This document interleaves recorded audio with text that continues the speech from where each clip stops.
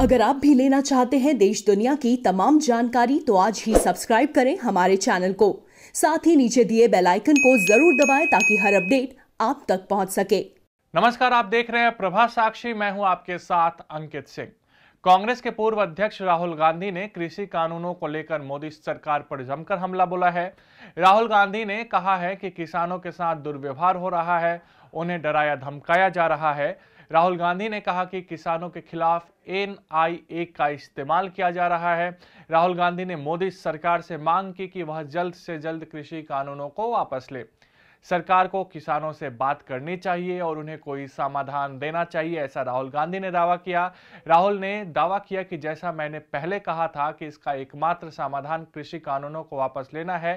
कांग्रेस नेता ने कहा कि आंदोलन खत्म नहीं होने वाला है और आने वाले समय में यह गांवों से शहरों तक फैल जाएगा।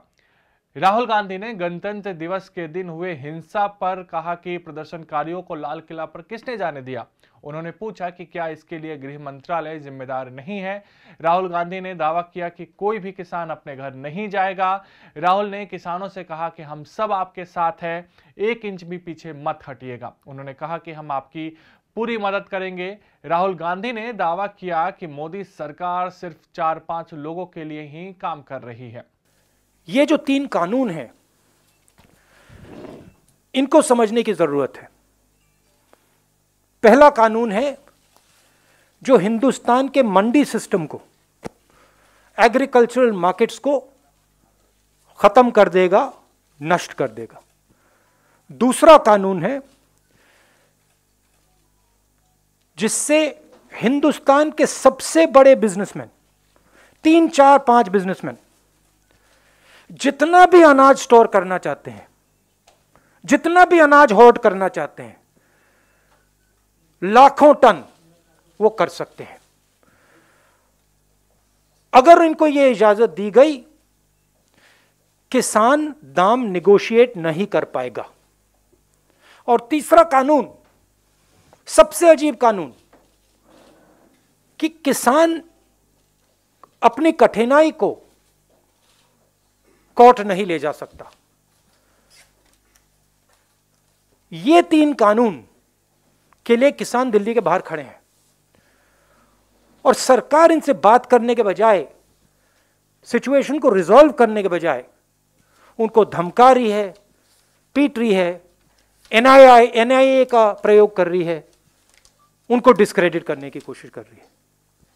सरकार को एकदम इन 3 कानूनों को वापस लेना चाहिए, रद्द करना चाहिए। इससे पहले सिंघू बॉर्डर प्रदर्शन स्थल पर आंदोलनकारी किसानों और खुद को स्थानीय निवासी बता रहे लोगों के बड़े समूह के बीच झड़प हो गई।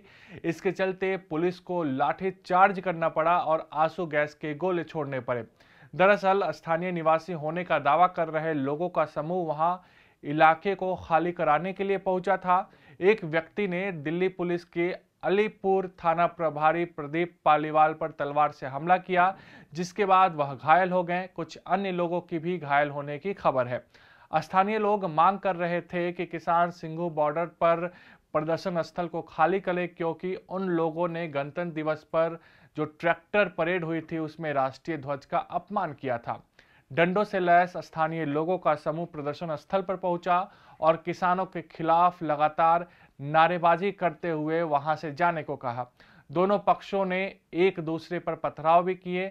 सिंघू बॉर्डर प्रदर्शन स्थल पर काफी हद तक बाहर से प्रवेश रोका गया है, लेकिन स्थानीय लोगों का प्रतिरोध करने के लिए बड़ी संख्या में प्रदर्शनकारी वहां पहुंचे। यही हाल आज टिकरी बॉर्डर पर भी देखने को मिला, जहां स्थानीय लोग लगातार वहां मौजूद किसानों से हटने के लिए कह रहे हैं, उस जगह को खाली करने के लिए कह रहे हैं। इन सब के बीच मुजफ्फरनगर में राकेश टिकैत के गांव में महापंचायत का आयोजन किया गया। महापंचायत में एक तरीके से जयंत चौधरी पहुंचे थे, संजय सिंह आम आदमी पार्टी के नेता पहुंचे थे, इसके अलावा कई और नेता के शामिल होने की खबर है। महापंचायत में हजारों लोग इकट्ठा हुए थे। महापंचायत में निर्णय लिया गया कि अब किसान आंदोलन को एक बार फिर से जीवित करना है। इसके लिए लोग धीरे धीरे दिल्ली जाएंगे।